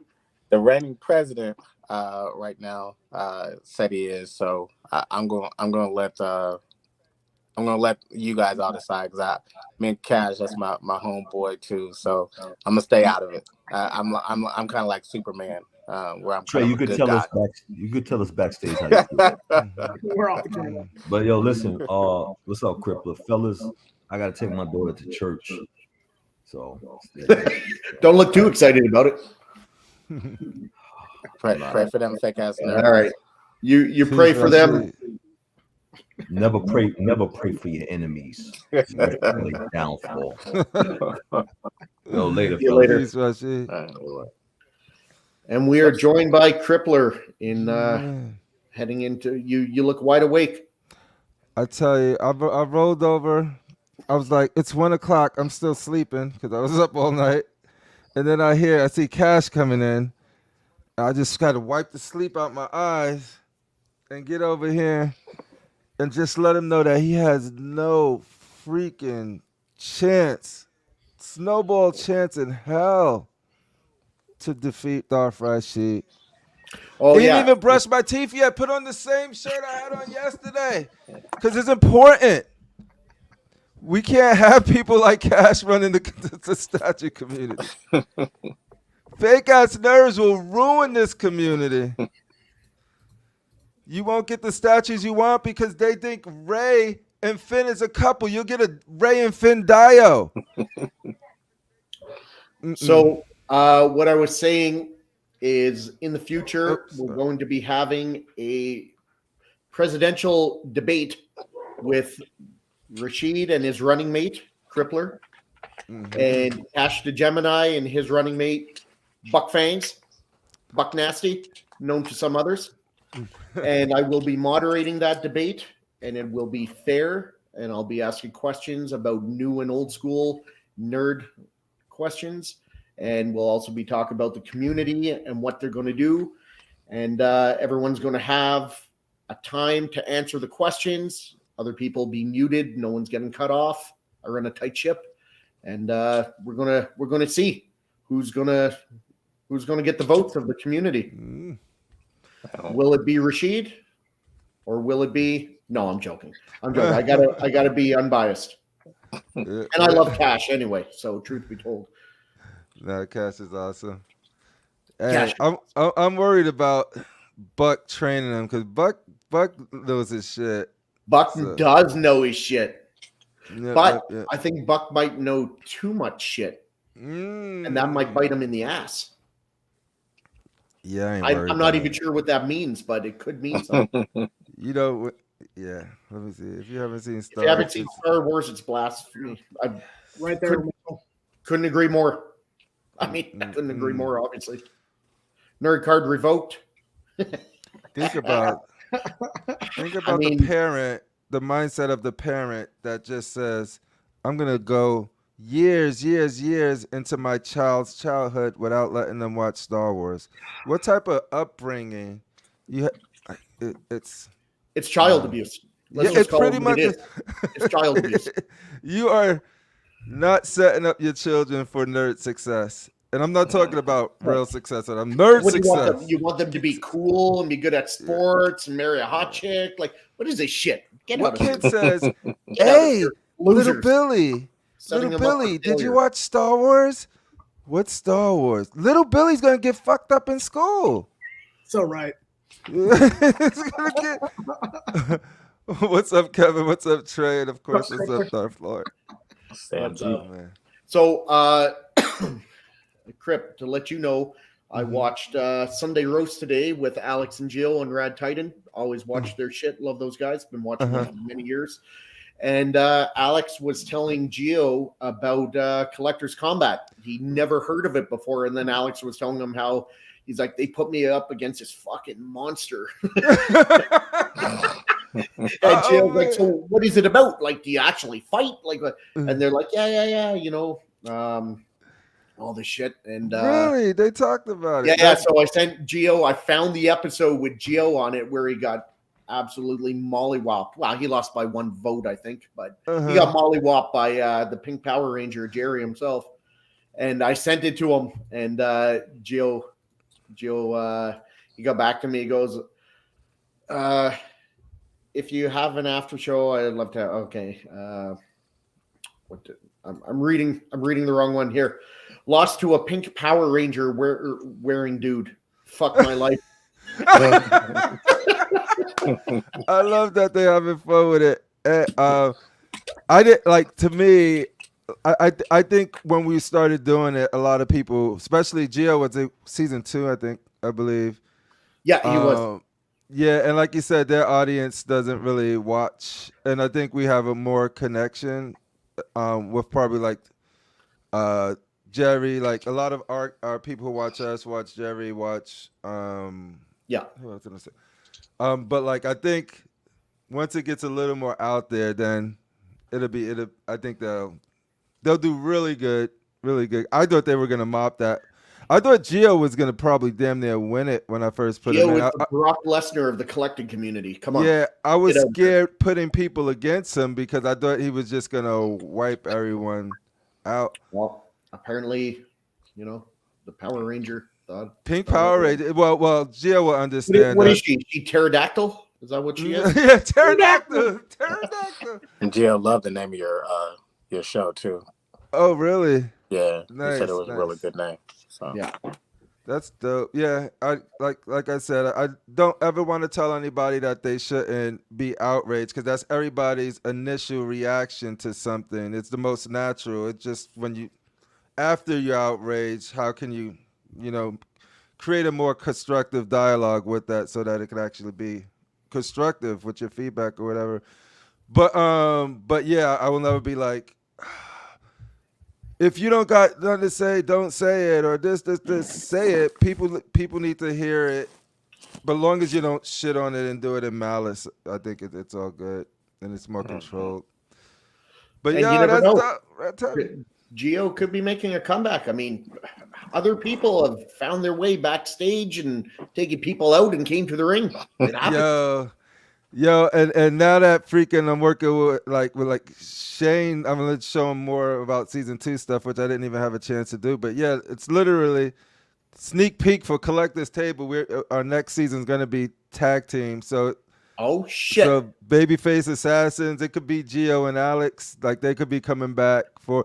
And you know how we do the vote, instead of voting named individually, it would whatever team name we assign to them to make it easier. So you like the Haypocalypse dudes, like if they were a tag team, then it'll be that They're name. a faction, man.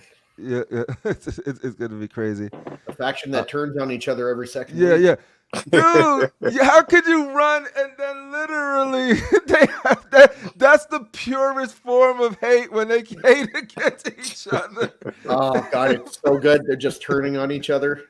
Oh shoot, man! What time Gio's show come on, man? Because I got actually subscribed to them and then got a notification, and I said notify me, but I just woke up, so apparently you can hear my voice. It's still morning voice. It's 10 a.m. Eastern on Sunday. Okay, man, I could have caught that if I was normal, if I didn't sleep. Well, you're probably better off trying to stay up to watch it instead of waking up to watch it. To be honest. You ain't lying these days. It's just sort of like, ooh. I got to figure out some glue situation here, and I'm gonna reach out to some people. I think I could get it both. I think I could get both of them replaced, or at least that arm, because it's only. I think so too. That was a fun unboxing, dude. It was like the unboxing was good. It was an unboxing. I was so pissed that I was like stopped it, and then we just started talking shit and got therapy like right after doing the second half of that unboxing. It was just sort of like, and let's just have some fun. Your unboxings go longer than the show. I know. Well, we're doing a quick unboxing, and 2.5 hours later, we got to go. And that's what's crazy too. Is like that's what I said. Why don't you do an unboxing on a show? I was like, we won't get through a show. That show will be like, I know myself, especially if it's a piece that I'm trying to put together. Don't worry, Crypt, that somewhere is still broken. Wow, man, it is broken. That's interesting. A freaking jaw. But man, like that was the two pieces up here on his like shoulders, like pauldrons. I didn't even put them on. They're on now. Like no, he has two like flaps in his belt area that I put on. That's dope. I found his boombox that he transforms into as well, so that's on there. It looks pretty dope. Did you ever decide, Sam? Did you ever decide whether you're gonna get the Maestro or not? It's all about space at this point, and I just don't see myself making it without considerable rearranging, which I'm open to do. My mic thing just popped anyway, so I'm gonna do it live. Yeah, we were talking about like conquering the depth with the closet, like let it take the doors off the closet because it's a double door closet. So if I was to take those out, put it halfway in, but I don't know if that's just doing too much or not. Give me a second to fix this. This thing fell off. I'm just having fun. You just be breaking stuff, man. Weekend, man. Cash is back. Welcome back, Cash. Hey, Cash, put some cash in your life. I love that, man. Every time I love that. Put some cash in your life. Put some cash in your life. I'm just jamming to it. My son's like, Dad, stop. You're not cool. Yeah. You're not cool. I'm like, no, but the song's catchy. I can't help it. Yo, Dad, where can you got me hooked. It's fire.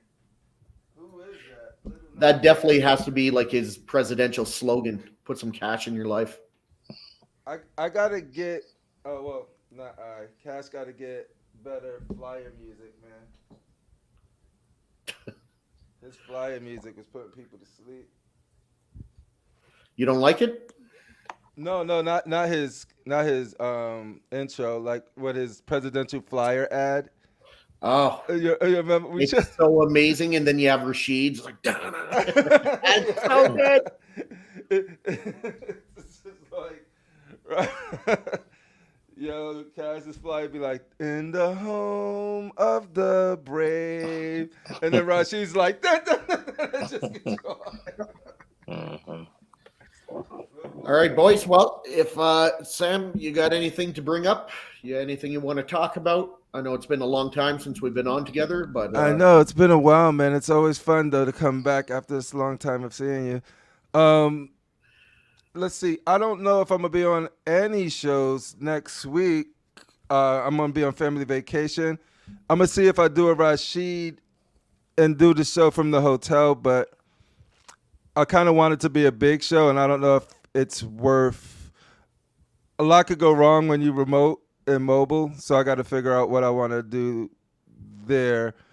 I'm trying to decide, and Shane, let me know. I'm trying to do is like, do I reschedule it for when I'm back, like Thursday night, or do I just not Thursday night because we got another. Or do you just skip a week? Do we skip a week, or do we do it that weekend? Find some time during the weekend, a Saturday to do it, because I'm gonna be in Virginia, Busch Gardens area. I mean, that's up to you, man. I'd say just skip the week, but honestly, whatever you want to do. If you know, we'll probably do. I could do something, but it probably won't be matches and everything because of. Right. I won't It'll have just all be of that. some impromptu silliness. Yeah, we probably just get on and chat and talk about it and see if we get the hateful Cash and Keeses and maybe Buck on there. Do it the weekend or skip, I say. Yeah.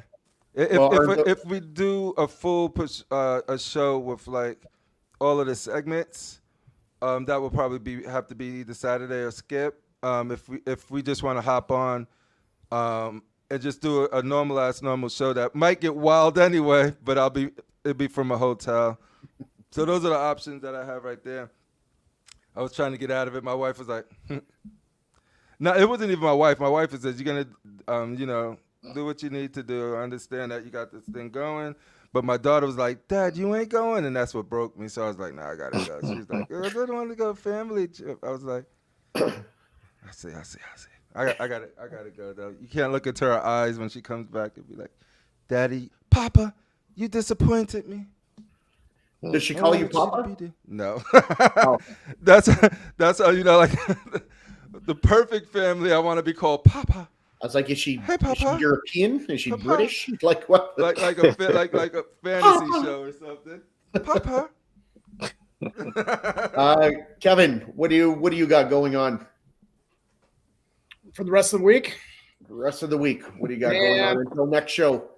Yeah, I've got a couple things that hopefully are going to start getting in the mail. So, my fingers are crossed. But I think Dan's Dark Talon should be arriving pretty soon here. I think you should be getting it as well. So, fingers crossed there. And I've got a couple projects to work on. But more importantly, like I've indicated, I'm going to be watching Celebration. I'm going to be getting all the nuggets this today and tomorrow, and hopefully some good stuff. Got a bunch of friends over there right now.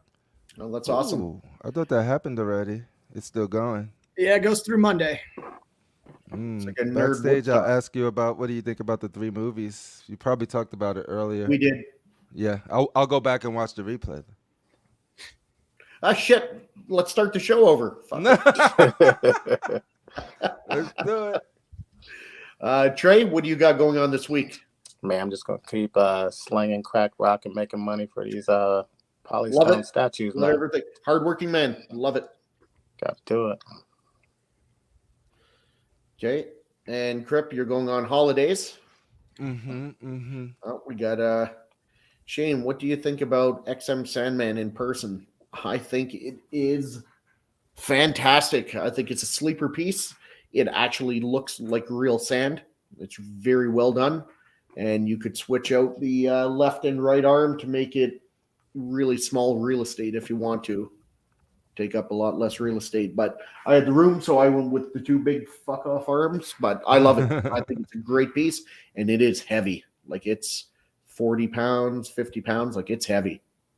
It's a great piece. XM killed it.